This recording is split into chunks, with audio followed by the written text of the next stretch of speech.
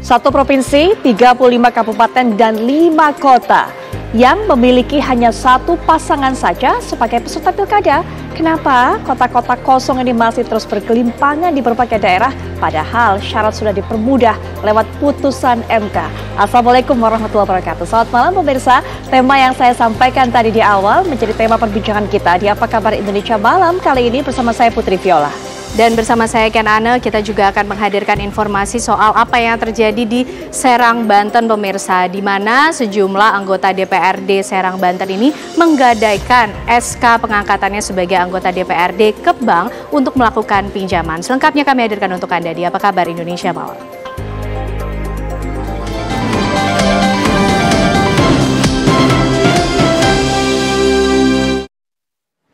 Pemirsa, Presiden RI Joko Widodo melakukan kunjungan kerja di sejumlah titik di kota Surabaya pada hari ini.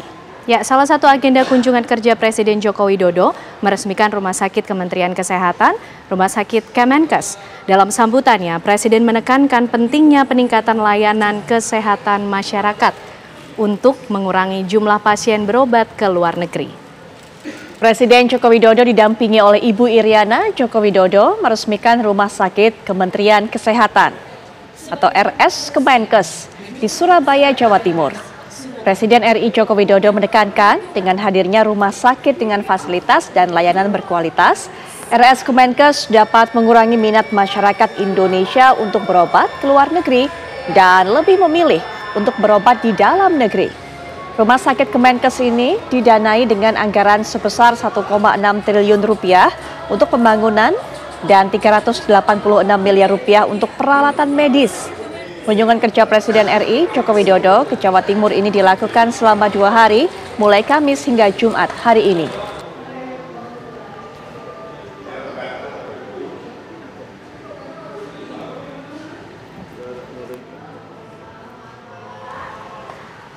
Selain meresmikan Rumah Sakit Kementerian Kesehatan, RS Kemenkes, Presiden Joko Widodo melakukan kunjungan kerja di sejumlah titik di kota Surabaya pada hari ini.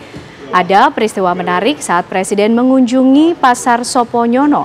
Presiden Jokowi sempat berpamitan dan meminta maaf kepada warga.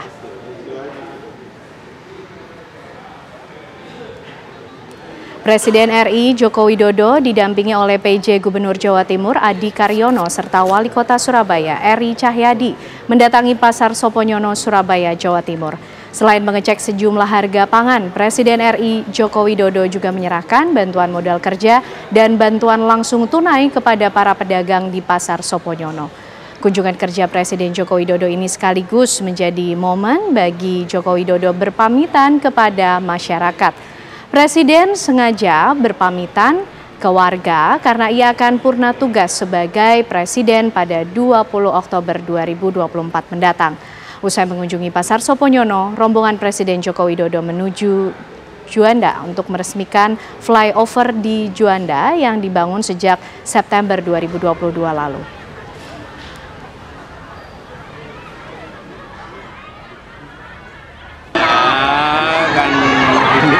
Ke masyarakat ya, sambil pamit kan bulan depan juga purna tugas.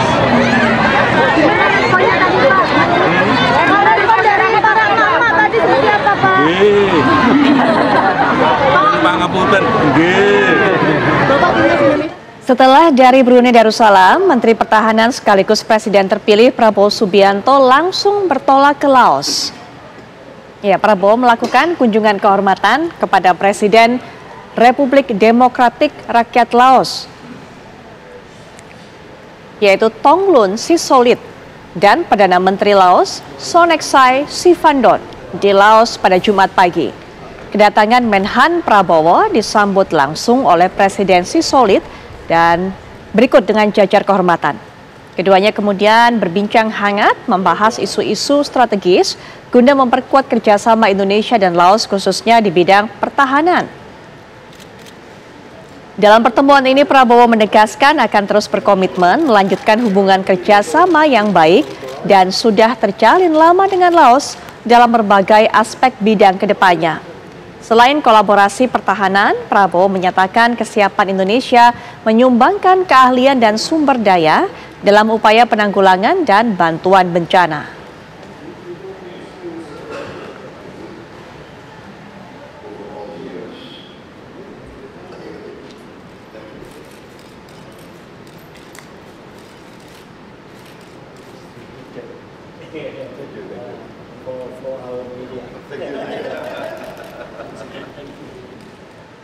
Pemimpin tertinggi Katolik sedunia Paus Fransiskus hari ini mengakhiri kunjungan apostoliknya di Indonesia. Rombongan Paus naik pesawat Garuda Indonesia dari Bandara Soekarno-Hatta Cengkareng menuju ke Port Moresby, Papua Nugini. Paus Fransiskus mengakhiri kunjungan apostoliknya di Indonesia pada Jumat pagi. Di area bandara, masyarakat menunggu kedatangan Paus. Kepala negara tahta suci Vatikan itu akan melanjutkan perjalanan apostoliknya ke Papua Nugini, Timor Leste, dan Singapura. Rombongan Paus naik pesawat Garuda Indonesia dari Bandara Soekarno-Hatta Cengkareng menuju ke Port Moresby. Sejumlah pejabat pemerintahan Indonesia pun turut mengantar Paus Fransiskus meninggalkan Indonesia.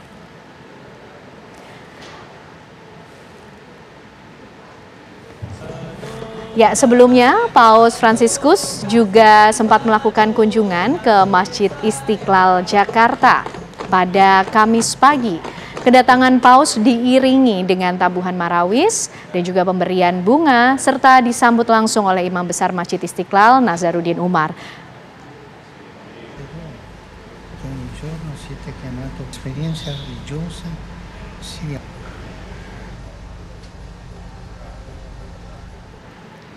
Paus Fransiskus menyampaikan pidato di depan tokoh lintas agama di Masjid Istiqlal Kamis kemarin. Dalam pidatonya yang puitis dan penuh kesan mendalam, Sri Paus menyampaikan kekagumannya terhadap Bhinneka Tunggal Ika dan keramahan Indonesia. Cari fratelli e sorelle, promuovere l'armonia religiosa per il bene dell'umanità è l'ispirazione che siamo chiamati a seguire e che dà anche il titolo di dichiarazione congiunta preparata per questa occasione. Terima kasih atas perjalanan bersama yang kalian teruskan. Indonesia adalah negara besar, mosaik budaya, suku, bangsa, adat istiadat, keberagaman yang sangat kaya, yang tercermin pula dalam keanekaragaman ekosistem dan lingkungan sekitarnya. Per la crescita e la convivenza dei popoli. E davanti a questo scenario è importante che i valori comuni a tutte le tradizioni religiose siano promossi e rafforzati, aiutando la società a sconfiggere la cultura della violenza e dell'indifferenza. Dan jika benar kalian adalah tuan rumah tambang emas terbesar di dunia, ketahuilah bahwa harta yang paling berharga adalah kemauan agar perbedaan tidak menjadi alasan untuk bertikai, tetapi diselaraskan dalam kerukunan dan rasa saling menghormati. Jangan sia-siakan anugerah ini. E se è vero che ospitate la più grande miniera d'oro del mondo, sappiate che il tesoro più prezioso è la volontà. Jangan pernah memiskinkan diri kalian dari kekayaan yang besar ini. Sebaliknya, kembangkan dan wariskan terutama kepada kaum muda. Semoga tidak ada seorang pun yang terjerumus dalam pesona fundamentalisme dan kekerasan. Semoga semua orang justru terpesona oleh impian sebuah masyarakat dan kemanusiaan yang bebas, bersaudara, dan damai. Al fascino dell'integralismo e della violenza, che tutti siano invece affascinati dal sogno di una società e di un'umanità libera, fraterna e pacifica. Grazie. Terima kasih atas senyum ramah Anda yang selalu terpancar di wajah Anda dan merupakan tanda kecantikan dan keterbukaan batin Anda. Semoga Allah melestarikan anugerah ini dan dengan pertolongan dan berkat-Nya, Dio vi conceda questo dono con il suo aiuto e la maju sua terus. benedizione andati avanti. Bhinneka Tunggal Ika. Berbeda-beda tetapi tetap satu jua. Terima kasih. Divisi Hubungan Internasional Polri deportasi buronan asal Filipina, Alice Guo, yang sebelumnya ditangkap di kawasan Tangerang, Banten.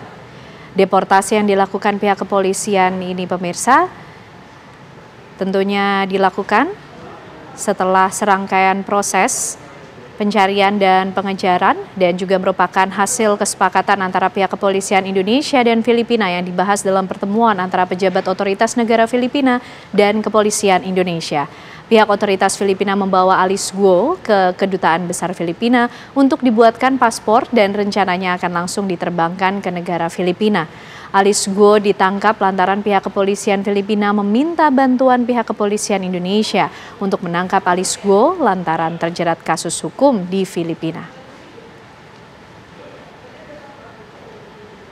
Bapak Kapolri hadir, Bapak Kabar Eskrim, dan saya serta KBNN terjadi pembicaraan intensif tentang bantuan Kepolisian Negara Republik Indonesia terhadap permintaan dari Kepolisian Filipina dan pemerintah Filipina untuk mencari orang atas nama Alice Guo, dan 3 minggu pencarian kami berhasil mendapatkan yang bersangkutan dari perjalanan panjang dari Batam, Jakarta, Bandung sampai ke Tangerang kami telusuri, dan sekarang yang bersangkutan kami serahkan kepada otoritas Filipina dan dijemput langsung oleh Menteri Dalam Negerinya dan Kepala Polisinya, dan ini semua atas perintah Bapak Kapolri. Semua pekerjaan ini ada 41 daerah di mana pilkadanya hanya diikuti oleh satu pasangan calon dan akan berhadapan atau akan melawan kota kosong. Kenapa kemudian partai-partai politik begitu pragmatis dalam pilkada serentak kali ini? Kita akan bahas tentunya setelah jeda.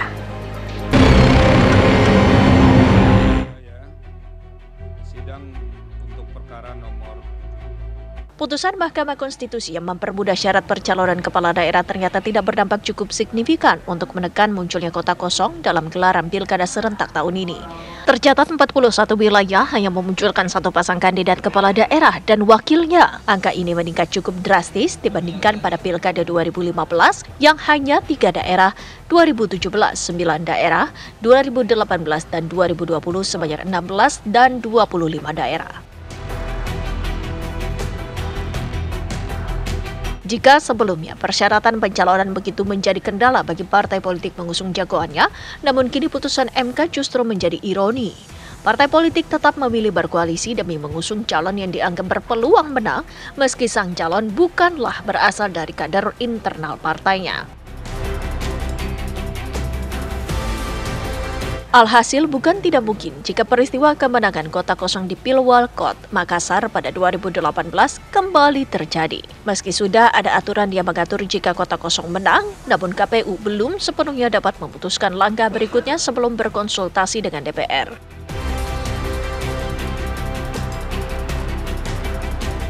Pertanyaan pun mencuat. Mengapa parpol begitu pragmatis dalam pilkada serentak tahun ini meski aturan sudah semakin mudah?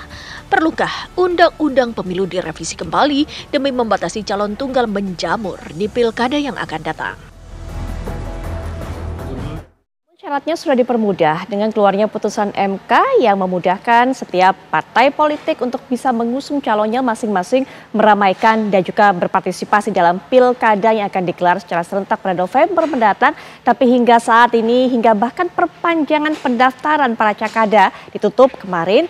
Saat ini tercatat ada 41 daerah dengan penjabaran ada 1 provinsi, 35 kabupaten, dan 5 kota yang pilkadanya hanya diikuti oleh 1 pasangan saja. Artinya akan melawan kota kosong. Nah, sebagai pembuka juga saya akan ajak Anda untuk bisa membandingkan dari tahun ke tahun penyelenggaraan pilkada berapa jumlah kota kosongnya.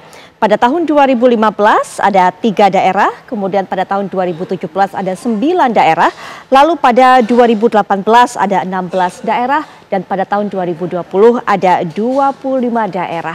Apa yang menjadi penyebab partai politik begitu pragmatis, kemudian juga apa yang menjadi konsekuensinya nanti jika ternyata kota kosong yang menjadi pemenang dalam pilkada kali ini? Kita sudah mengundang beberapa narasumber dan yang bergabung pada kesempatan ini salah satunya adalah Pak Idam Kholik dari KPU yang juga akan memberikan penjelasan kepada kita. Assalamualaikum warahmatullahi wabarakatuh. Selamat malam Pak Idam Kholik. Waalaikumsalam warahmatullahi wabarakatuh. Selamat malam Mbak. Baik, Pak Idam, catatan dari banyaknya jumlah kota kosong pada pilkada kali ini dari KPU Pak Idam. Sampai dengan berakhirnya masa perpanjangan pendaftaran, itu data pilkada dengan satu pasangan calon kini sebanyak 41 wilayah. 1 di tingkat provinsi dan 40 di tingkat kabupaten kota. Yang awalnya adalah 43. Ya, yang 2 tersebut itu ada di Kabupaten Sitaro dan Kabupaten Puhowato. Kabupaten Sitaro ini adanya di Sulawesi Utara dan Kabupaten Puhowato ini ada di Provinsi Gorontalo. Dan berkenaan dengan banyaknya jumlah pilkada dengan satu pasangan calon, KPU pada hari Selasa tanggal 10 September 2024 jam 15.00 telah diagendakan untuk berkonsultasi dengan pembentuk undang-undang dalam rapat dengar pendapat di Komisi 2 DPR RI.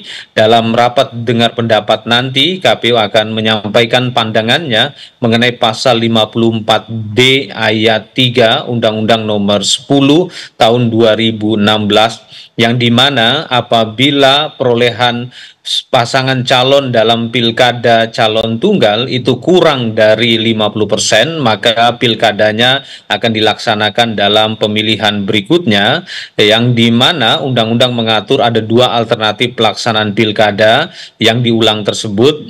Yang pertama tahun berikutnya, dan yang kedua sesuai dengan jadwal yang diatur di dalam undang-undang pemilihan. Ya, untuk tahun berikutnya tentunya akan diselenggarakan pada akhir tahun 2025, sedangkan alternatif yang kedua dilaksanakan sesuai dengan jadwal yang diatur di undang-undang. Itu artinya kembali kepada pasal 3 ayat 1 Undang-Undang Nomor 8 tahun 2015, di mana akan diselenggarakan 5 tahun ke depan. Tentunya berdasarkan hasil kajian KPU dan melihat esensi dari pilkada, bahwa pilkada adalah untuk kepentingan pembangunan daerah, dan kita ketahui kalau sekiranya yang menjabat itu adalah penjabat sementara dalam rentang waktu yang berkepanjangan, maka pemerintahan tidak akan efektif. Rencananya KPU akan mengusulkan itu pilkada dilaksanakan tahun depan, dan tentunya kewajiban KPU sebelum menetapkan hal tersebut itu harus berkonsultasi terlebih dahulu dengan pembentuk undang-undang. Baik, juga sudah bergabung dengan kita Mas Arya Bima dari PDIP. Assalamualaikum warahmatullahi wabarakatuh. Selamat malam Mas Bimo. Waalaikumsalam, Mbak Putri. Ya, Mas Bimo, bagaimana melihat adanya kota kosong bahkan sampai ada 41 daerah yang calonnya ataupun juga cakada pesertanya ini hanya calon tunggal? Mas Bimo. Begini Putri, mengenai fenomena kotak kosong ini memang beberapa calon PDI Perjuangan yang saat ini mencalonkan sebagai bupati maupun wakil bupati dan wali kota dan wakil wali kota juga muncul. Ada 2 hal yang kita lihat fenomena ini. Memang kotak kosong itu lahir ada nyata karena memang kandidat ini tidak ada pasangan lain yang bersaing dalam kontestasi. Memang rakyat menghendaki kandidat biasanya incumbent, karena key success story-nya selama 5 tahun itu mewujud dengan berbagai kebijakan yang rakyat berkehendak untuk memilih kembali, sehingga partai-partai politik pun juga berpikir untuk mencalonkan kandidat kadernya juga tidak memungkinkan mengalahkan popularitas dan elektabilitasnya. Biasanya partai-partai politik kemudian berembuk, bermufakat, bermusyawarah ya untuk mengusung menjadi calon tunggal. Kalau yang terjadi ini adalah merupakan sesuatu yang tanpa rekayasa, tanpa didesain dengan political engineering di kalangan partai politik, saya kira itu bagian daripada demokrasi. Tapi ada juga bahwa calon tunggal itu karena faktor kepentingan partai untuk menjadikan seseorang tokoh atau calon tanpa ada persaingan yang tidak memberikan ruang kandidat atau partai lain mencalonkan, ini menjadi sesuatu yang bisa kita sebut tidak demokratis. Karena calon tunggal semacam ini tidak memberikan alternatif pilihan pada rakyat dan juga tidak memberikan ruang calon-calon lain untuk tampil sebagai kandidat di dalam persaingan kontestasi yang lebih fair. Ya, catatan jadi saya melihat dua itu. Yang pertama memang rakyat betul. Itu berkehendak. Oke, catatan dari PDIP, dari survei-survei di berbagai daerah, Mas Bimo, dari 41 daerah yang ada kota kosong itu, mayoritas kemana? Alasan pertama atau alasan kedua?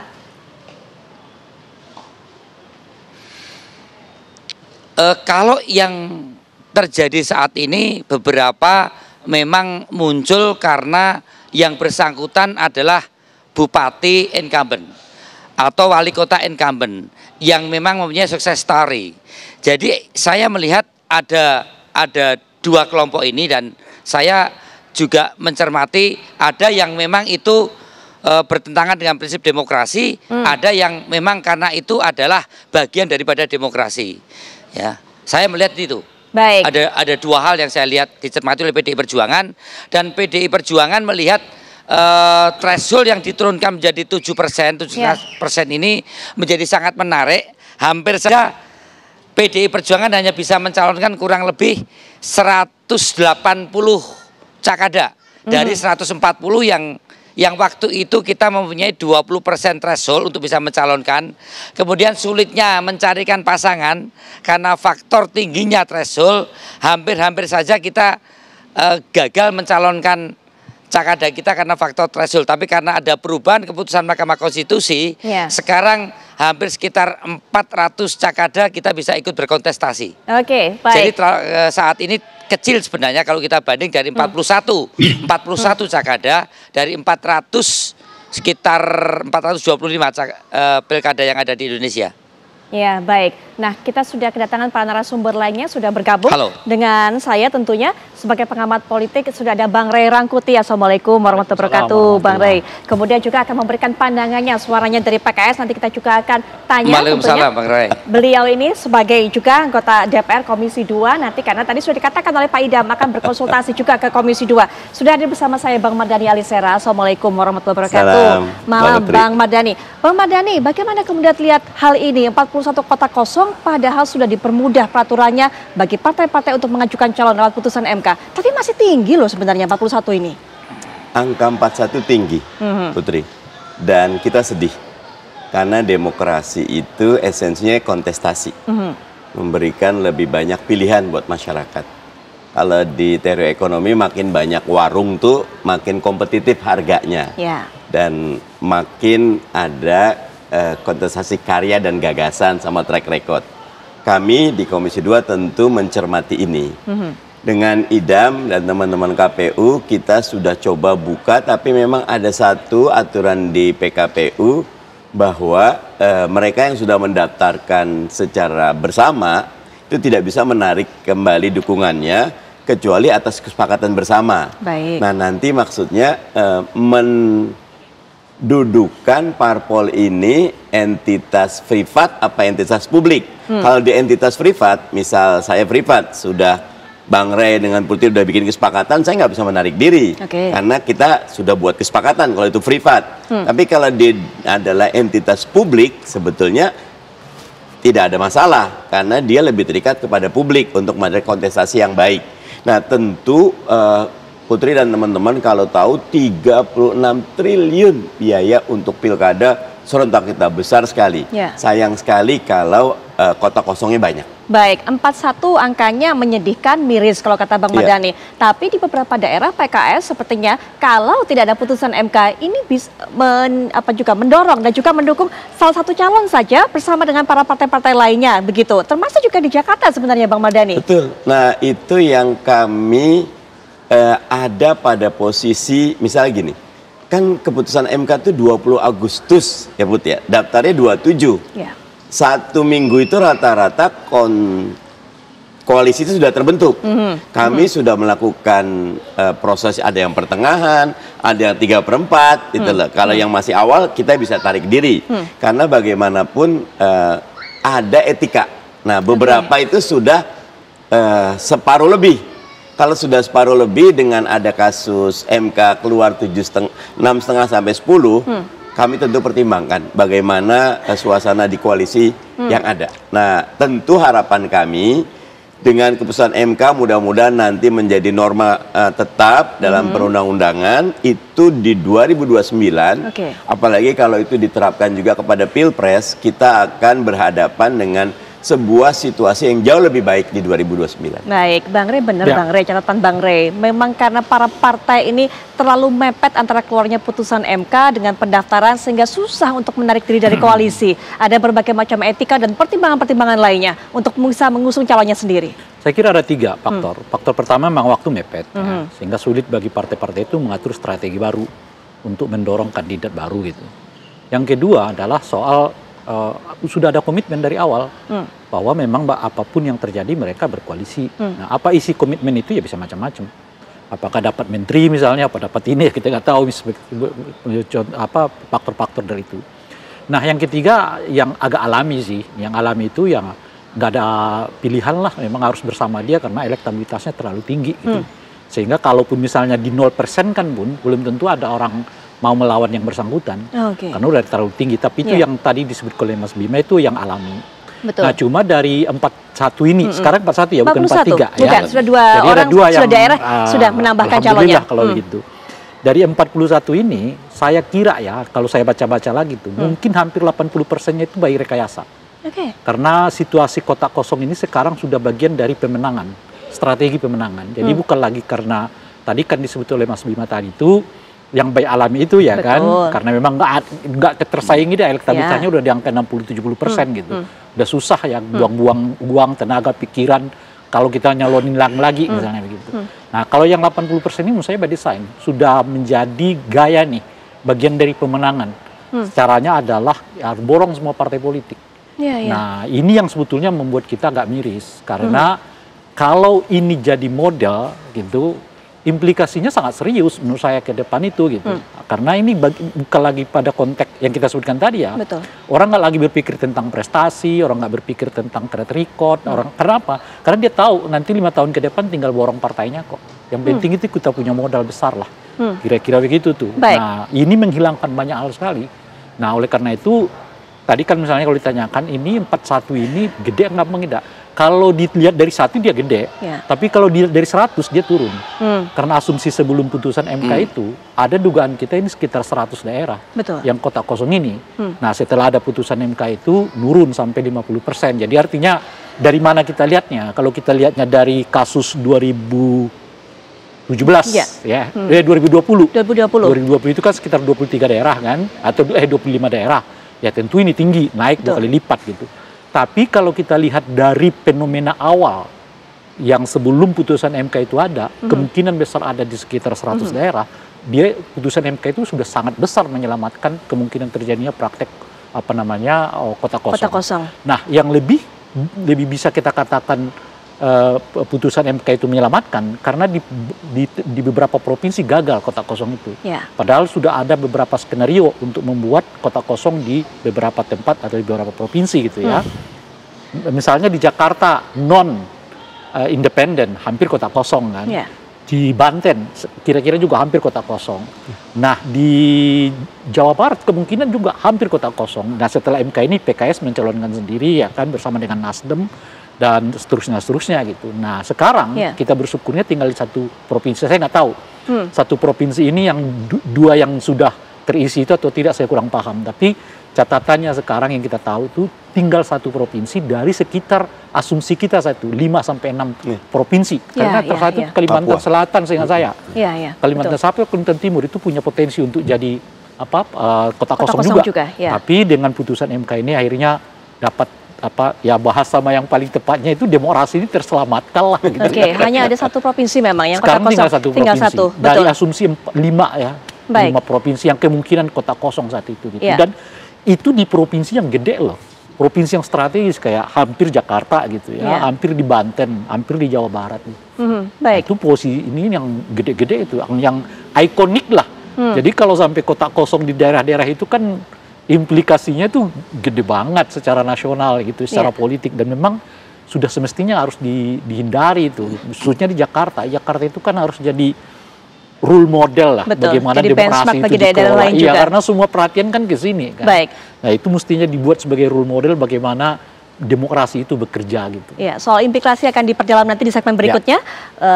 Kita juga Bang Mardhani tadi saat awal ini saya berbincang dengan Pak Idam. Pak Idam mengatakan akan konsultasi dengan Komisi 2. Bagaimana kemudian ada dua alternatif jika ternyata hasil pilkada ini kotak kosong yang menang. Apakah kemudian pilkada ini akan dilakukan ulang pada 2025 ataupun juga nanti pada saat 2029 menunggu 5 tahun kemudian sehingga harus ada penjabat gubernur, penjabat wali kota, bupati yang akan kemudian memimpin daerah tersebut. Nanti mungkin bisa disampaikan bagaimana pandangannya karena dari KPU sendiri sudah ada kajian mengenai hal ini. Nanti kita akan bahas bersama tentunya setelah jeda berikut ini.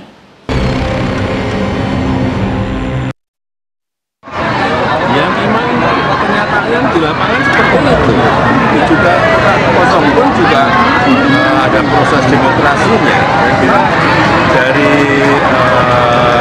500-an pilkada yang kotak kosong 40-an, saya kira ya itu kenyataan demokrasi di bawah seperti itu, baik di kabupaten, di kota maupun di provinsi. Sebelum nanti Bang Mardhani untuk bisa bergabung kembali dengan kita karena saat ini juga sedang melaksanakan ibadah sholat maghrib, nanti Bang Mardhani bisa berikan pandangan terhadap usulan alternatif yang akan disampaikan oleh pihak KPU mengenai bagaimana penyelesaiannya jika kemudian kotak kosong yang menjadi pemenang dalam pilkada. Saya juga tertarik untuk bisa membahas mengenai penyebab, salah satunya yang disebut sebagai penyebab adanya kotak kosong ini, bahwa begitu tingginya biaya politik ataupun juga biaya pilkada.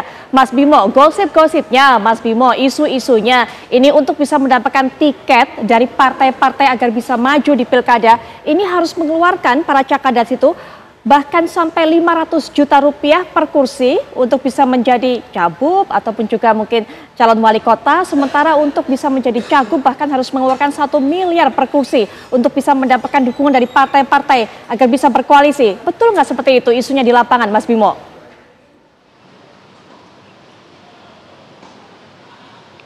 Saya selaku Sekretaris Tim Des Pilkada PDI Perjuangan, kecenderungan untuk itu saya dengar ada, tapi dari PDI Perjuangan sendiri yang terkait dengan rekomendasi di mana itu langsung keputusan penjaringan itu dari daerah, penyaringan oleh Dewan Pimpinan Pusat dan langsung dipimpin oleh Ketua Umum, tidak ada yang namanya jual beli rekomendasi. Memang ada hal-hal yang terkait dengan gotong royong biaya untuk sukses tim pilkada atau sukses pilkada di masing-masing daerah yang harus dirembuk dengan para calon kandidat yang mencalonkan dengan pimpinan partai di wilayahnya. Saya mendengar itu dan itu menjadi suatu hal yang sering juga didiskusikan di dalam internal partai khususnya di daerah untuk mengajak beberapa partai politik kadang mentargetkan atau memberikan nominal untuk hal yang terkait dengan sisi keuangan yang harus juga dirasionalisasikan. Maksud saya begini, bahwa pada saat mesin partai ini bekerja untuk memenangkan kandidat, itu ada kos organisasi, ada kos yang namanya terkait dengan biaya kampanye atau biaya sosialisasi atau biaya yang terkait dengan saksi, itu biasanya bisa dirembuk bareng. Tapi untuk hal yang terkait untuk mendapatkan rekomendasi seorang kandidat harus mengeluarkan uang yang tidak disertai berbagai perhitungan-perhitungan sebagai proses prasyarat untuk mencalonkan, baik itu proses kampanye maupun proses penghitungan suara pada saat kandidat harus mempunyai saksi-saksi yang harus dibiayai, itu tidak ada. Hanya yang terkait dengan operation cost untuk operasional selama pemilihan berlangsung. Saya kira itu. Oke. Saya menyambung terkait dengan tadi calon tunggal. Ya. Calon tunggal tidak bisa ya dibenarkan kalau itu tadi saya katakan bahwa itu akibat dari engineering politik, akibat dari rekayasa untuk menjadikan seseorang bersaing tanpa lawan, dan ada kecenderungan di sini biasanya di backup oleh kepentingan-kepentingan kapital atau kepentingan pemodal yang cenderung arahnya kemenangan itu tidak diorientasikan pada kepentingan publik, tapi lebih pada kepentingan privat atau kepentingan modal. Kami di PDI Perjuangan setiap melakukan kaderisasi itu memprioritaskan kader-kader yang memang dipersiapkan untuk mengurus partai, kemudian kader-kader yang dipersiapkan untuk mengurus atau ditugaskan di fungsi legislatif, atau kader-kader yang memang mempunyai kompetensi teknokratik dipersiapkan di dalam persiapan sebagai calon kepala daerah. Dan kami melihat bahwa sangat bangga banyak kader-kader kita saat ini, bahkan kita mengusung sendiri bersaing dengan lawan-lawan atau partai-partai lain yang mengkeroyok kami, sebagai bukti bahwa fungsi partai sebagai rekrutmen pemimpin itu bisa kita buktikan. Tapi sekali lagi, apakah calon tunggal ini merupakan produk sistem atau ekses, itu memang harus kita cermati betul. Kalau itu produk sistem, memang sesuatu yang tidak bisa dihindarkan. Kenapa calon tunggal muncul? Karena memang faktor popularitas dan faktor kompetensi dari seorang tokoh yang tidak bisa disaingkan atau dipersandingkan dalam kontestasi. Tapi yang memang harus kita hindari, nanti Bang Ray bisa menganalisis ini apakah ekses atau produk sistem harus kita atasi dalam undang-undang pilkada untuk periode ke depan, harus seperti apa supaya rekayasa political engineering calon tunggal ini bisa tidak terjadi. Saya kira itu. Baik, Bang Ray, silakan langsung saja ditanggapi. Termasuk juga Bang Ray, betulkah hal-hal tersebut terjadi di lapangan yang sempat saya sampaikan, sehingga kemudian partai politik lebih memilih daripada calonnya harus keluar uang begitu banyak, lebih baik menerima uang dan juga bergabung bersama partai lainnya membentuk koalisi mengusung calon yang sama? Ya, itu yang saya sebut tadi. Kalau by rekayasa itu mesti ada komitmen. Kalau rekayasa ya, komitmennya apa? Ya bisa macam-macam. Apakah misalnya akan dapat bagian nanti gitu ya, atau mereka akan dapat konsensi, atau mereka memang ada di depan langsung bayar cash, itu macam-macam. Kalau itu bentuknya rekayasa gitu. Nah, mungkin apakah akan lebih ringan biaya yang ke partai dengan mengakomodasi partai politik, atau lebih baik bersaing di hadapan publik? Kalau menurut saya sih lebih berat biayanya ke partai politik, karena kalau kita dengar sekarang, kursi partai juga nggak mau dong kalau cuma 500 juta ya, minimal satu sekarang tuh kursi-kursi partai. Jadi kalau dia di 8 M, ya kan, kalau 10 M dan sebagainya gitu. Jadi menurut saya justru jauh lebih banyak biayanya kalau mengakumulasi partai politik. Kalau sekarang partai politiknya misalnya kita asumsikan lagi dengan 50 kepala daerah, ya kan, kursinya ya kan. 50 kali 1 M aja udah 50 M. Kan tinggi sekali itu gitu. Nah, belum lagi, dan dengan sendirinya biaya semua kebutuhan itu ditanggung oleh si calon. Beda kalau misalnya dia lahir dari proses yang natural ya. Nah, saksi dari dia, ya, baliho dari dia, ini tim pemenangan dari dia, ini semuanya. Jadi bisa-bisa ya seperti yang diduga tadi itu untuk pilkada kabupaten kota mungkin di atas 100 M minimal itu. Bahkan mulai jadi tuh mendekati 500 M ya, dan sebagainya gitu. Nah, itu mahal tuh. Nah, sebetulnya apakah ini efek dari sistem?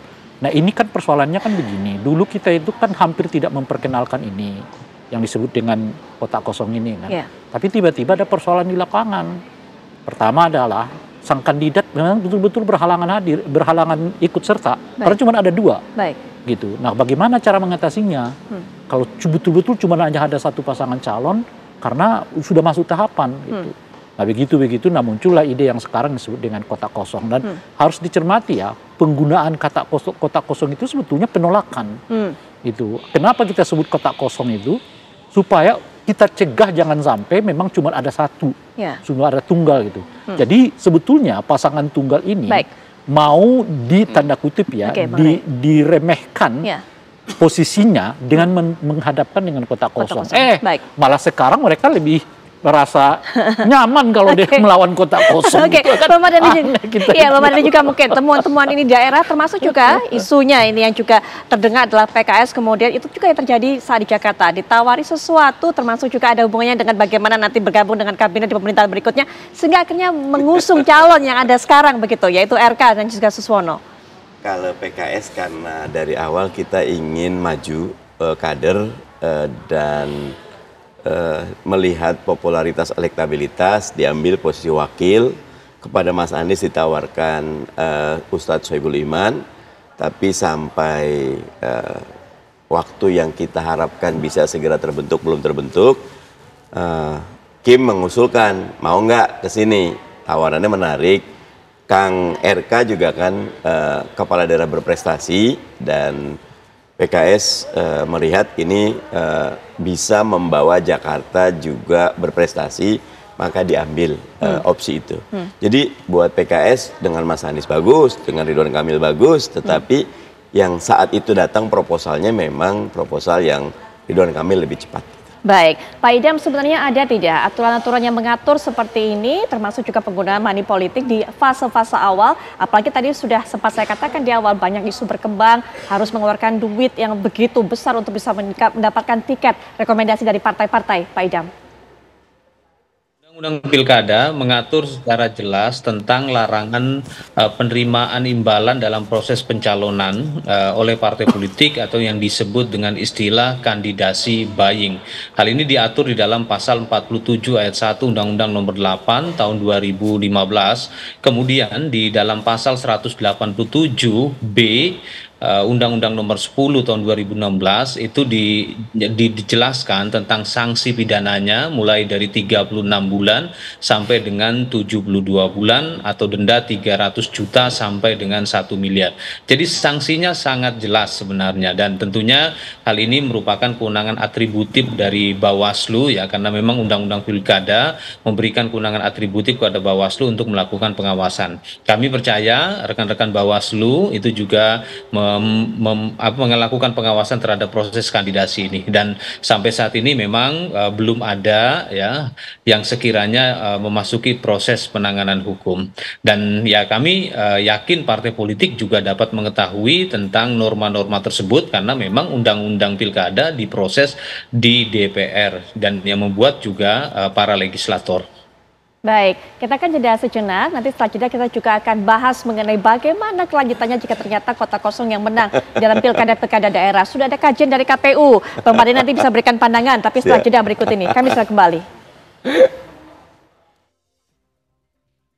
Ke perbincangan, Bang Mardhani tadi sempat di awal, Pak Idam kemudian menyampaikan bahwa berdasarkan kajian KPU sebaiknya dilakukan pemilihan ulang, tidak perlu menanti sampai 2029, tapi 2025 ketika memang ternyata di daerah tersebut ada kota kosong yang meraih kemenangan dalam pilkada. Catatan atau pandangan mengenai hal ini dari Bang Mardhani? Ya, yang pertama tentu opsinya dua. Ketika kota kosong, sebetulnya kalau dalam kata teknis kotaknya nggak kosong, kolom yang kosong, karena nggak ada kotak yang dicoblos, nggak ada. Kolomnya itu buat saya apresiasi teman-teman KPU karena tetap memberikan peluang bagi masyarakat untuk bersuara. Nah, kalau terjadi kota kosong yang menang, ketika kita melakukan pilkada ulang, maka pastikan prosesnya buat saya jangan kota kosong lawan kontestan lagi, harus dibuka pendaftaran ulang. Ya, yang kedua, kalau kita mau 5 tahun kemudian diisi PJ, itu juga bukan sesuatu ide yang buruk ya, karena rata-rata PJ kalau pejabat tingkat madya atau pratama itu adalah birokrat yang punya kapasitas. Ketika 2020 ada kasus tuh kan ketika pilkada saat COVID.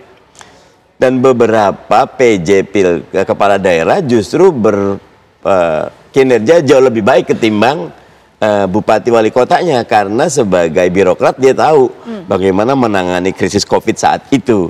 Jadi kalau buat saya dua-dua ini selama dasarnya kuat tidak ada masalah. Baik, termasuk juga yang menjabat adalah penjabat gubernur begitu? Buat saya nggak ada masalah karena selama lagi-lagi tentu gubernur yang dipilih kalau ikut PJ kemarin tetap ada usulan dari DPRD, nanti dilihat mana yang paling tepat. Baik, mengenai hal ini nanti bisa diberikan pandangan juga oleh Pak Idam, tapi sebelumnya kita akan menuju ke rekan kami Zidin Duhan yang akan memberikan informasi kepada kita bagaimana pandangan dari masyarakat mengetahui hal ini bahwa hanya ada satu pasangan yang mengikuti pilkada di 41 daerah di tanah air. Silakan Duhan. Ya, Putri Viola dan juga pemirsa, benar sekali bahwa memang di beberapa daerah ini hanya ada satu pasangan yang nantinya akan mengikuti pilkada serentak di tahun 2024. Tentunya juga ini memicu perdebatan di kalangan masyarakat meskipun tidak terjadi di Jakarta. Namun saya akan menanyakan kepada salah satu masyarakat ini yang berada di Jakarta. Di sini ada Mas Dwi. Ini yang termasuk dari golongan muda juga yang berada di Jakarta. Saya ingin bertanya, Mas, ini bagaimana tanggapannya mengenai pilkada di beberapa daerah di Indonesia, lebih dari 40 daerah di Indonesia hanya memiliki satu calon tunggal yang artinya akan melawan kota kosong. Nah, dari Mas Dwi sendiri yang nantinya tentunya memiliki hak suara seperti itu, tanggapannya seperti apa? Secara demokrasi itu kan memang kota kosong itu adalah pilihan, tetapi itu bukan bagian dari pilihan yang ideal. Karena kalau kita berbicara demokrasi adalah bagian dari kemunduran. Karena yang namanya kontestasi itu tidak ada. Akhirnya calon itu tidak beradu argumen, tapi lebih menyampaikan visi misi yang bagi saya itu bagian dari kemunduran demokrasi itu sendiri. Sedangkan kita tahu terhalangnya beberapa kandidat ataupun beberapa orang karena memang faktor ambang batas itu. Dan juga saya rasa memang kos politik yang dalam artian untuk maju dalam sebagai kontestan cukup besar itu sendiri sih. Nah, dari anak muda sendiri melihat hal ini, adakah masukan yang ingin disampaikan, mengingat tadi juga sempat menyebutkan adanya kos politik yang tinggi seperti itu?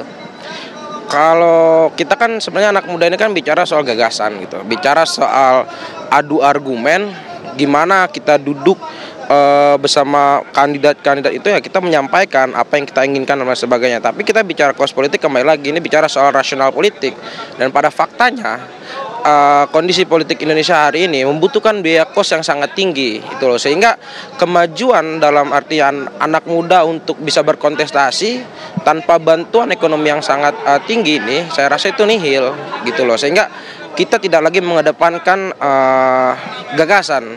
Sedangkan anak muda ini kan bicara bertarung soal gagasan, dan keterbatasan kita adalah keterbatasan ekonomi itu sendiri yang sehingga kita nggak bisa maju loh gitu loh. Oke, jadi jika nantinya kos politik bisa ditekan menjadi lebih rendah, artinya anak muda juga memiliki kesempatan lebih tinggi untuk berkontestasi di politik sehingga mengurangi resiko-resiko untuk suatu pasangan maju tunggal melawan kota kosong seperti itu. Dalam sudut pandang saya mungkin itu bagian dari proses ya.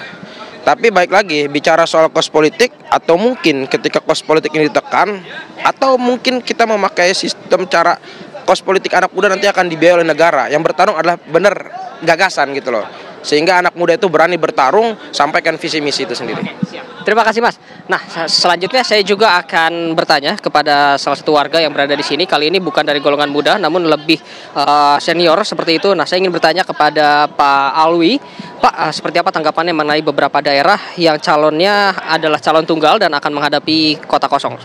Ya, yang namanya kota kosong itu beranggapan itu suatu kemunduran demokrasi. Karena istilah itu baru tampil, baru terlihat periode yang sekarang, Pilkada DKI Jakarta. Apakah itu menjawab tentang tidak didukungnya Anies Baswedan sebagai calon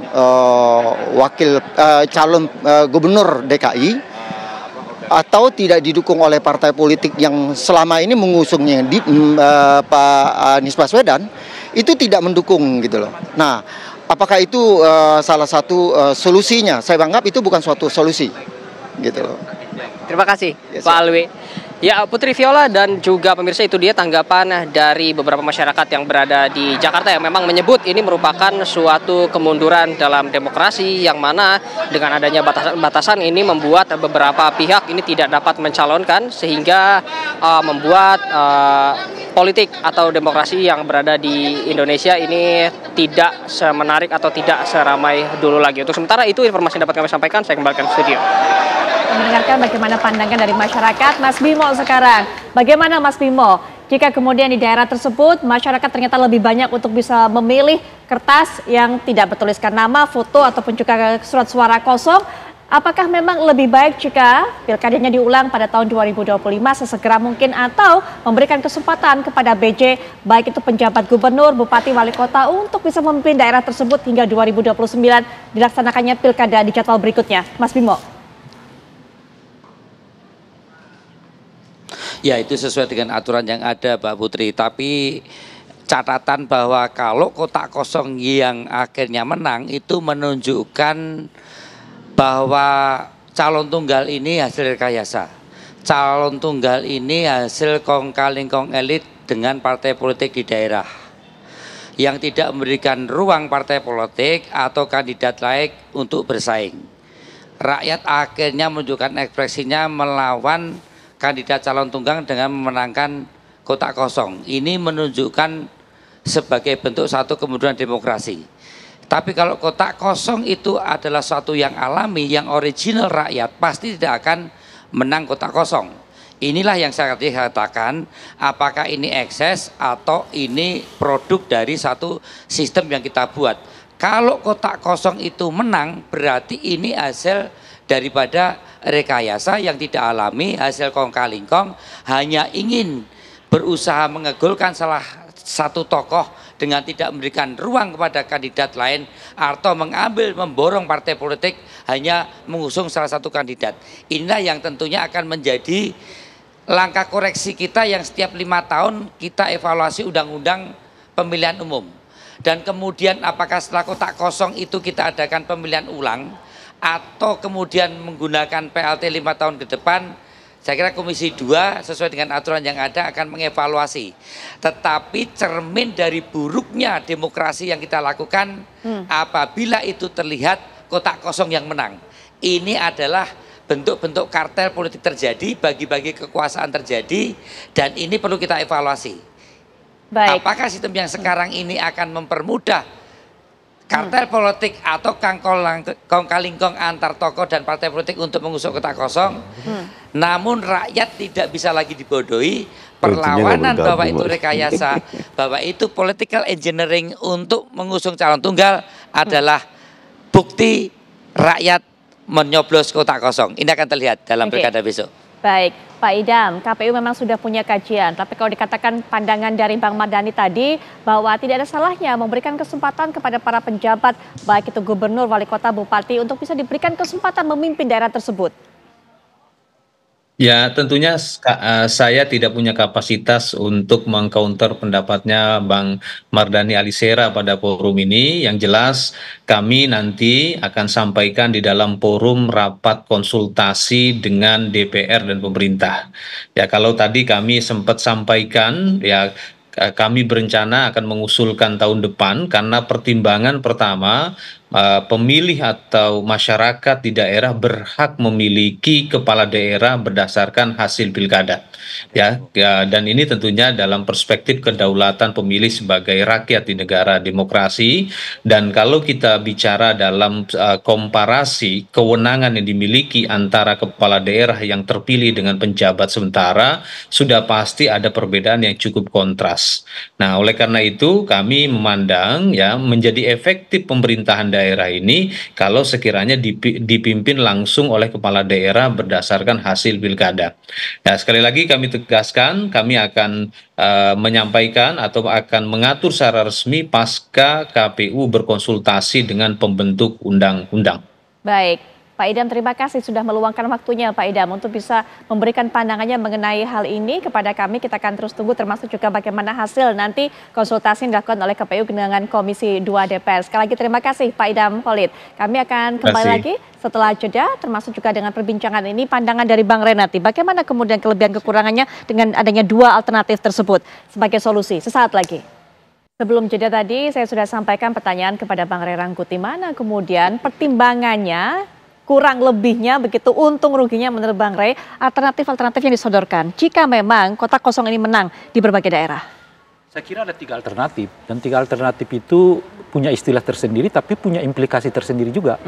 misalnya kalau kita menggunakan pemilu ulang, itu punya implikasi dan memang harus dilakukan secepat mungkin.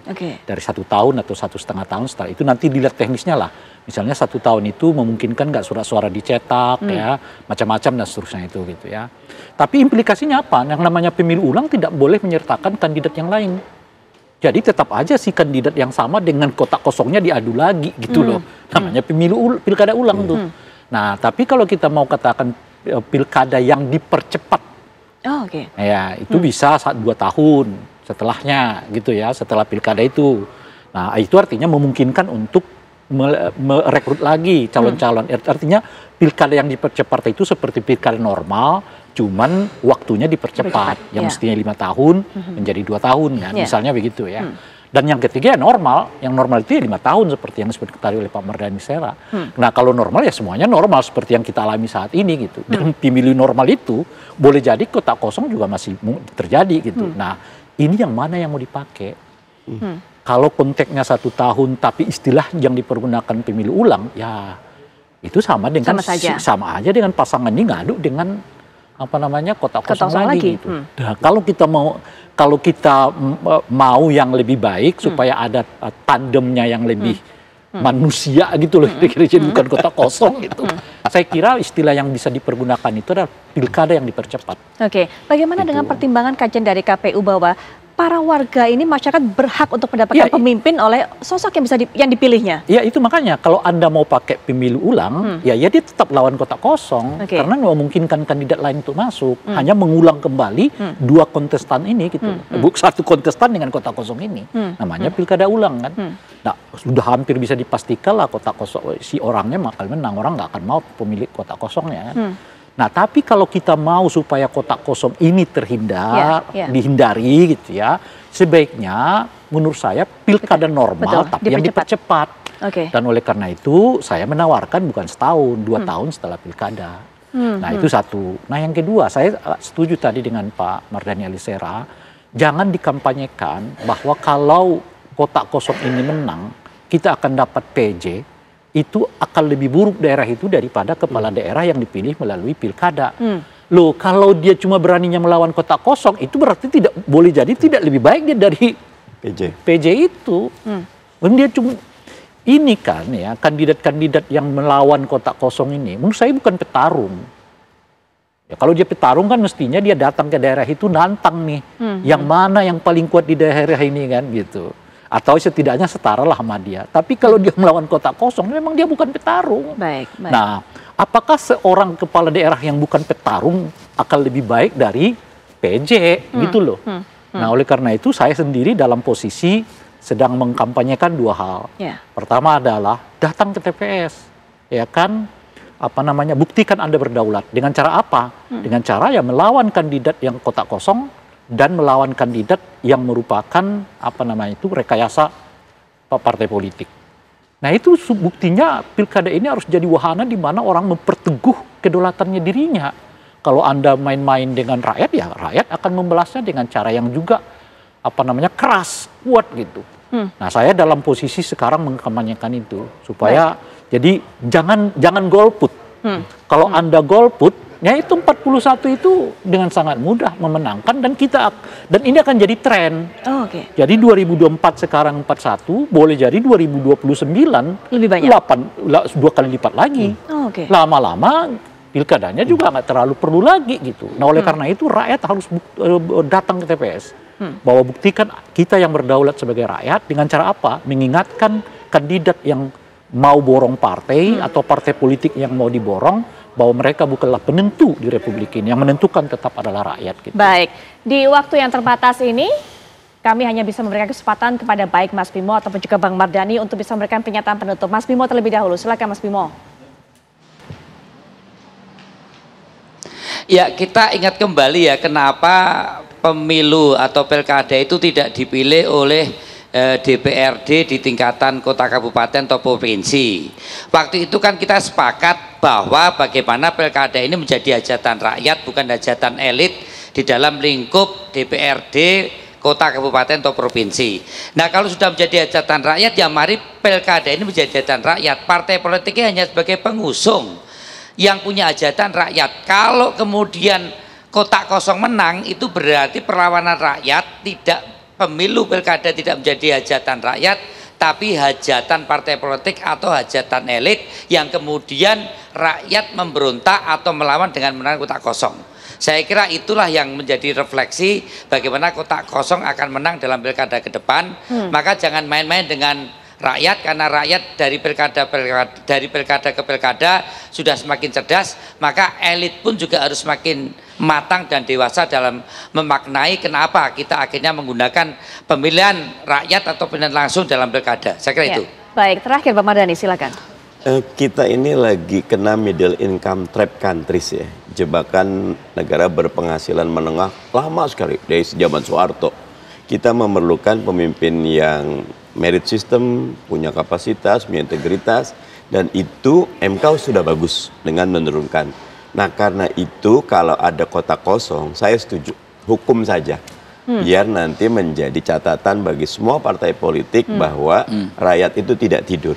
Baik. Bahwa mereka itu harus betul-betul bekerja buat rakyat. Jangan bekerja untuk kepentingan sesaat. Begitu. Hukum saja maksudnya konsekuensinya dalam bentuk? Ya pilih kotak kosong. Itu salah satu bentuk hukumannya. Nah nanti kalau tadi Mas Bimo tiba-tiba dari 41 tuh 38 menang kotak kosong. Gitu. Berarti saya agak setuju sama Mas Bimo. Yang 3 itu berarti memang punya kapasitas, punya popularitas. Tapi yang 38 ini rekayasa, dihukum aja. Biar apa? Biar semua tahu negeri ini bukan punya elit, bukan punya parpol. Rakyat punya hak. 36 triliun loh Putri. Wah gede banget itu. Kalau begitu nggak usah pilkada istilahnya. Bikin puskesmas, bikin sekolah, bikin pabrik, pekerjaan, kelas menengah kita turun semua gitu loh. Baik. Saatnya rakyat berani. Oleh karena itu jangan golput, datang ke TPS. Oke, baik. Pak Mardhani terima kasih, Bang Ray Rangkuti juga terima kasih, Mas Bimo juga terima kasih. Meluangkan waktunya untuk bisa memberikan pandangannya mengenai hal ini dalam perbincangan di Apa Kabar Indonesia Malam. Setelah jeda, Ken Ana juga akan kembali dengan rangkaian informasi menarik lainnya.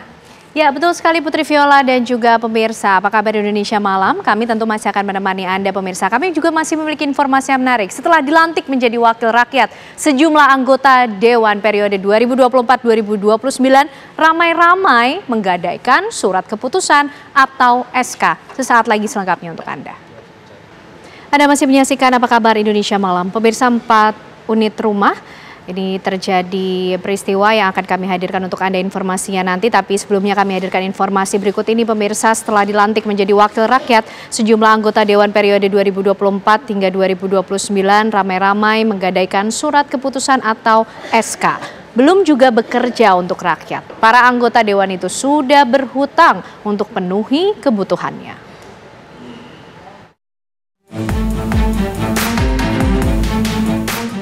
Fenomena menggadaikan surat keputusan atau SK seperti menjadi agenda untuk para wakil rakyat per 5 tahunan.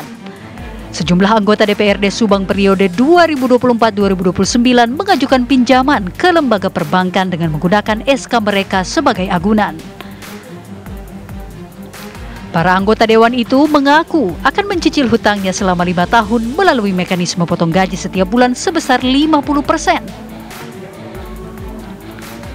Diketahui rata-rata para anggota Dewan itu mengajukan pinjaman berkisar 500 juta hingga 1 miliar rupiah. Pihak Sekretaris Dewan atau Setwan DPRD Subang juga memastikan bahwa pinjaman tersebut atas nama pribadi, tidak ada kaitannya dengan fraksi atau partai.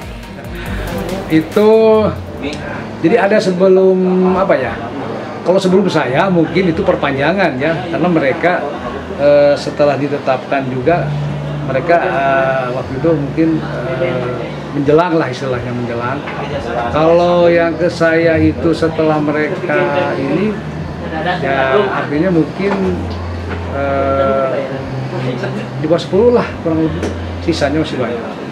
Dan itu juga kan nanti kita akan serahkan itu SK-nya itu ya, yang dari gubernur itu petikannya. Dari 50 anggota DPRD yang dilantik, ada 27 orang yang mengajukan untuk menggadaikan SK-nya, diantaranya merupakan wajah baru.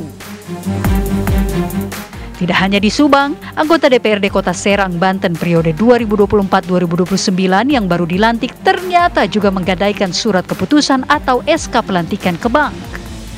Menurut Sekretaris DPRD Kota Serang, Ahmad Nuri, sudah ada 5-10 anggota dewan yang meminta rekomendasi untuk menggadaikan SK mereka. Jumlah tersebut diperkirakan bisa bertambah karena pada periode sebelumnya tercatat 30 anggota dewan yang juga menggadaikan SK pengangkatan mereka ke bank. Aksi gadai SK yang juga dilakukan anggota dewan itu ada juga yang digunakan untuk melunasi biaya politik selama mereka berkampanye. Menurutnya, aksi gadai SK ini sebagai tindakan yang tidak melanggar aturan dan sah dilakukan. Kalau bicara itu maka saya nggak bisa ngomong apa-apa karena hal itu adalah kebutuhan ya, gitu kan. Dan itu tidak menyalahi daripada peraturan perundang-undangan, gitu. Jadi wajar saja Pak ya? Wajar saja. Kalau menyalahi peraturan perundang-undangan, saya juga tidak akan berani. Sekretaris DPRD Kota Serang mengakui adanya permintaan tersebut dan pihaknya tidak bisa menolak ketika ada pengajuan. Kita ini sebagai sekretaris, ketika ada pengajuan masa kita tolak. Ya kan, saya ini sekretaris, ada pengajuan dengan rasionalitas kebutuhan anggota dewan, dengan berbagai pertimbangan. Saya juga tidak ada larangan untuk menandatanganinya, bahwa saya diberikan untuk pengajuan. Saya tanda-tangani sesuai. Tim TV One mengabarkan. 4 unit rumah panggung di Bulukumba, Sulawesi Selatan ludes dilalap api. Salah seorang petugas pemadam terpaksa dibawa ke rumah sakit karena tertimpa balok kayu. Kebakaran 4 unit rumah panggung di Kecamatan Desa Bonto Tangga, Kecamatan Bonto Tiro, Bulukumba, Sulawesi Selatan terjadi sekitar pukul 3 sore. Petugas pemadam kebakaran yang mendapat laporan dari warga langsung menerjunkan 3 unit mobil pemadam. Material rumah kayu yang mudah terbakar membuat petugas pemadam mendapatkan kesulitan.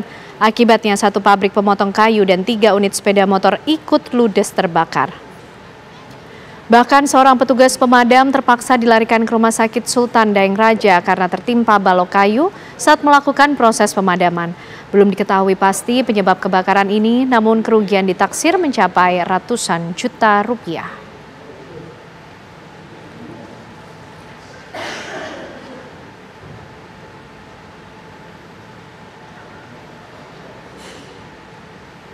Seorang bocah tewas dalam kebakaran yang melanda rumah kontrakan di Jalan Langi, Kecamatan Pondok Aren, Tangerang Selatan. Beginilah kondisi rumah kontrakan korban Muhammad Dimas Saputra, 3 tahun, usai terjadinya kebakaran. Hampir seluruh bagian kontrakan ludes terbakar. Api pertama kali diketahui oleh nenek korban usai mendengar suara ledakan dari dalam rumah. Saat diperiksa, terlihat api disertai asap tebal sudah memenuhi kontrakan. Diduga kebakaran akibat dari korsleting listrik pada kabel stop kontak kontrakan. Kepanikan pun melanda keluarga dan warga sekitar yang mengetahui jika korban masih berada di dalam kontrakan. Tidak berselang lama, petugas damkar tiba dan bersama warga bahu-membahu memadamkan kobaran api. Setelah 30 menit kemudian, api berhasil dipadamkan. Petugas damkar yang memeriksa ke dalam menemukan tubuh mungil korban tertelungkup di ruang tidur. Nenek korban menjelaskan jika korban sedang terlelap tidur siang, sementara kedua orang tuanya sedang bekerja tidak jauh dari kontrakan.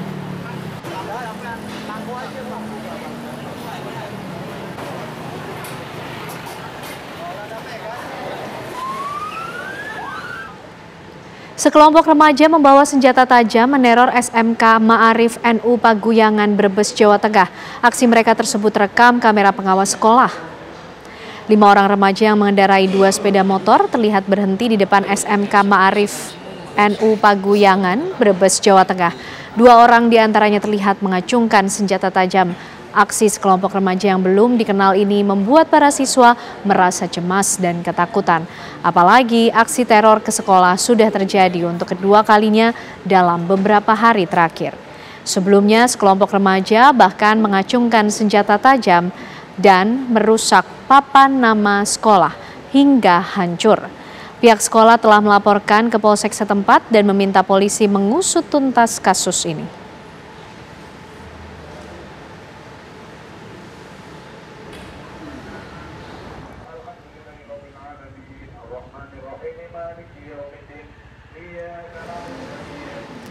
Buntut lantaran ada salah seorang tahanan yang diduga bunuh diri di dalam sel, sejumlah orang menyerang dan merusak sejumlah fasilitas di Mapolsek Kumpeh Ilir, Muaro, Jambi. Pelaku penyerangan diduga merupakan keluarga tahanan yang tewas. Beginilah kondisi Mapolsek Kumpeh Ilir Muaro Jambi sesaat usai diserang sejumlah orang tak dikenal. Kaca polsek mulai bagian depan hingga ke belakang hancur berserakan. Kursi dan meja tergeletak di lantai. Bahkan televisi maupun peralatan elektronik lain ikut dirusak. Penyerangan dan pengerusakan Mapolsek Kumpeh Ilir ini diduga akibat adanya serangan tahanan yang diduga bunuh diri di dalam sel. Para pelaku penyerangan di Tengarai adalah keluarga tahanan yang tewas gantung diri.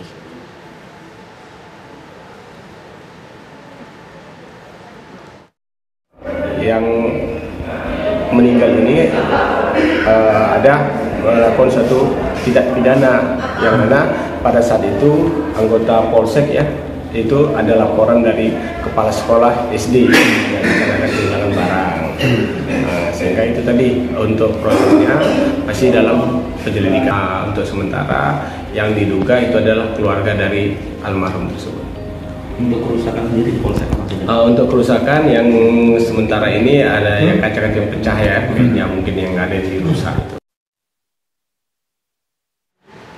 Kepolisian Polres Semarang, Jawa Tengah menangkap 5 pemuda pelaku pemerkosaan anak berusia 13 tahun. Sesaat lagi kami hadirkan informasi selengkapnya untuk Anda. Seorang warga Klaten, Jawa Tengah ditangkap tim Resmo Polres Kota Mobagu, Sulawesi Utara karena menembak warga dengan menggunakan airsoft gun. Pelaku yang sehari-hari bekerja sebagai mandor bangunan ini ditangkap petugas setelah sempat buron selama 3 hari. Pelaku ditangkap bersama barang bukti berupa pistol airsoft gun dan langsung dibawa ke Polres Kota Mobagu guna menjalani pemeriksaan. Berdasarkan hasil pemeriksaan, peristiwa penembakan ini berawal ketika pelaku dan korban terlibat cekcok hingga terjadi kejar-kejaran dengan menggunakan sepeda motor. Pelaku yang diduga dalam keadaan mabuk lalu menembak korban di bagian kepala sebanyak 2 kali. Akibatnya korban mengalami luka serius di bagian kepala dan harus dirawat di Rumah Sakit Pobundayan, Kota Mobagu.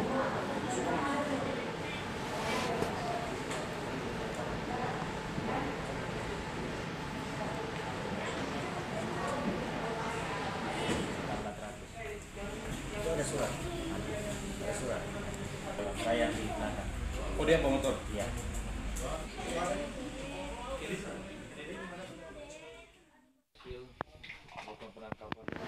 Kepolisian Polres Semarang, Jawa Tengah menangkap 5 pemuda pelaku pemerkosaan anak berusia 13 tahun. Modus yang dilakukan para tersangka adalah dengan membuat korban mabuk lalu melakukan pelecehan dan pemerkosaan berulang kali. Para tersangka yaitu HW, EP, IDA, SH, dan MW melakukan kejahatan dengan modus membuat korban mabuk setelah dicekoki minuman keras. Para tersangka ini juga mengancam akan membunuh korban jika membuka mulut terkait aksi para pelaku.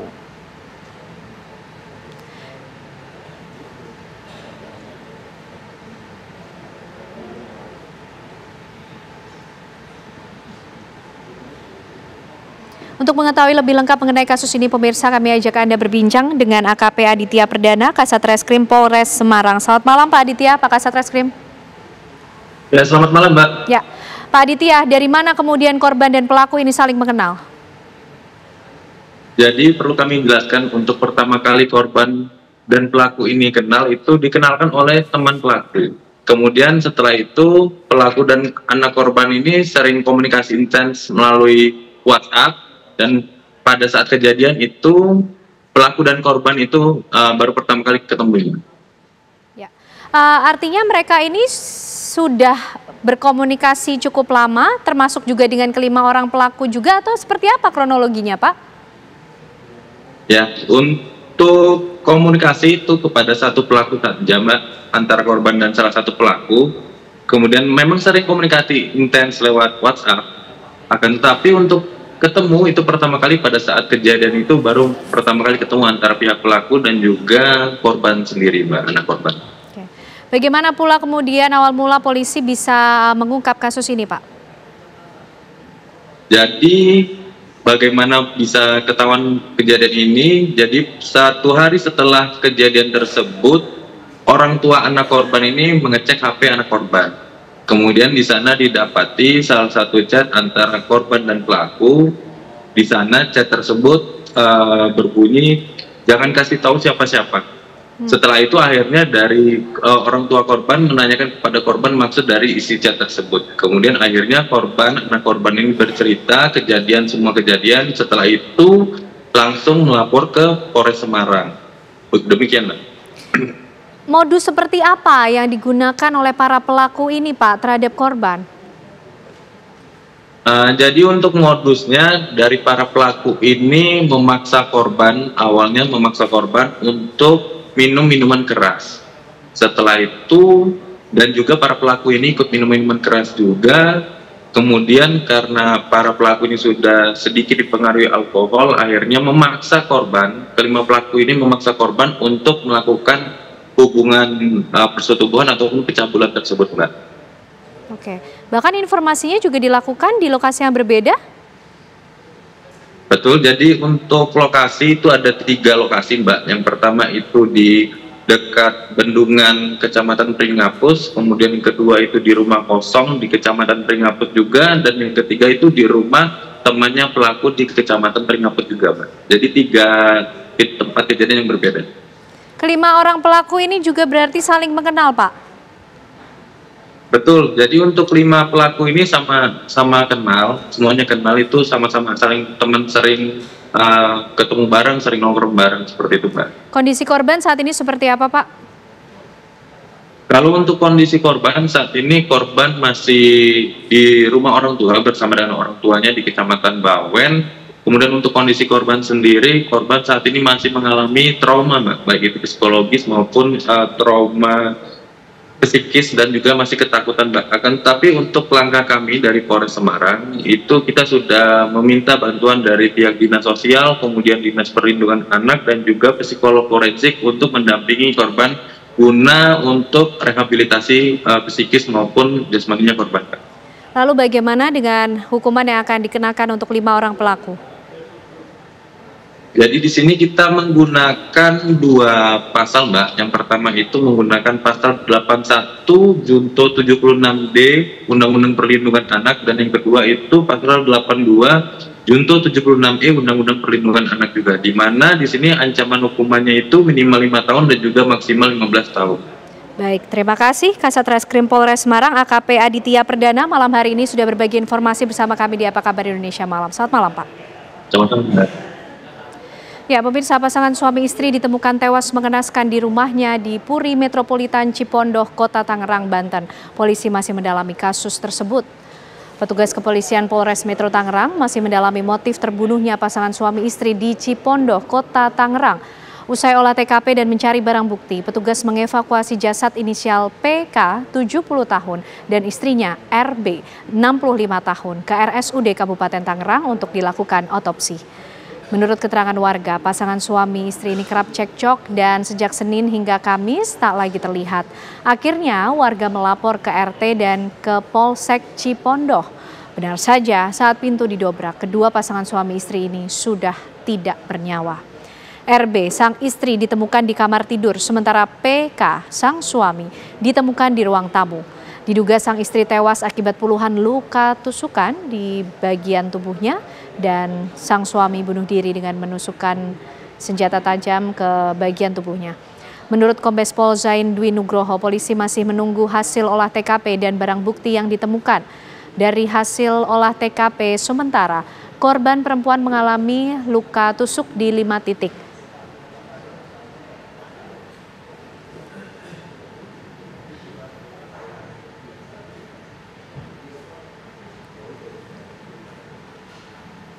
Sebuah mobil pickup menabrak 4 sepeda motor hingga terbalik di tengah jalan di Temanggung, Jawa Tengah. Sebuah rekaman amatir milik warga memperlihatkan sebuah mobil pickup dalam posisi terbalik di tengah jalan dan menimpa 4 sepeda motor di Jalan Maron, Kedu, Temanggung, Jawa Tengah, Jumat siang tadi. Akibat kecelakaan tersebut, mobil mengalami ringsek parah di bagian depan lantaran berbenturan dengan sepeda motor. Sementara 4 sepeda motor yang tertimpa mengalami kerusakan parah. Peristiwa tersebut berawal saat 2 pengendara motor melaju beriringan secara ugal-ugalan dari arah Kedu menuju Kecamatan Maron, hendak mendahului sebuah truk di depannya. Mobil pickup bermuatan jambu kristal yang melaju dari lawan arah tak kuasa menghindari kedua pengendara motor yang ugal-ugalan, sehingga adu banteng pun tak terhindarkan. Kemacetan pun sempat terjadi di lokasi kejadian akibat mobil tersebut terbalik di tengah jalan.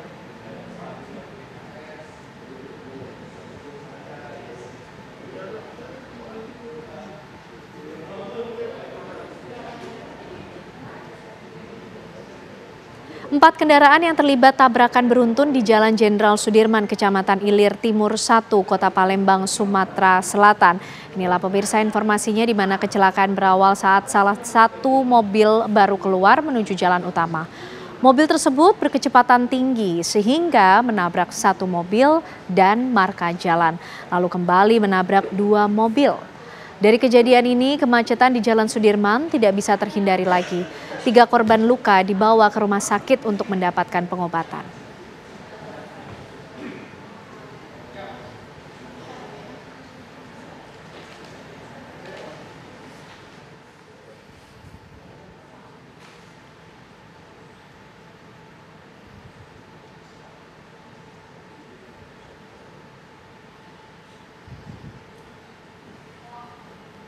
Seorang pencuri kambing nyaris tewas dihakimi massa setelah tertangkap tangan mencuri 2 ekor kambing milik warga di Desa Helet, Kecamatan Kadipaten, Kabupaten Majalengka, Jawa Barat.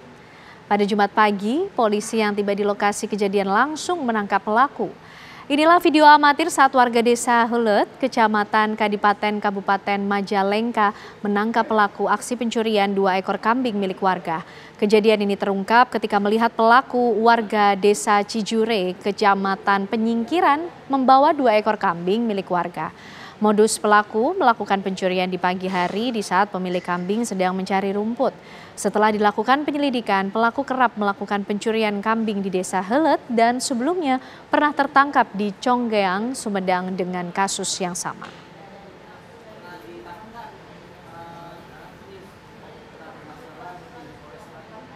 Informasi tersebut mengakhiri kebersamaan kita di Apa Kabar Indonesia malam ini. Betul sekali Anda dan juga pemirsa, setelah jeda Anda bisa menyimak perbincangan dengan Airin Rahmidiani pada program kami selanjutnya One on One. Akhir kata saya Putri Viola. Saya Ken Ana dan teman-teman yang bertugas pamit. Terima kasih. Selamat malam. Sampai jumpa.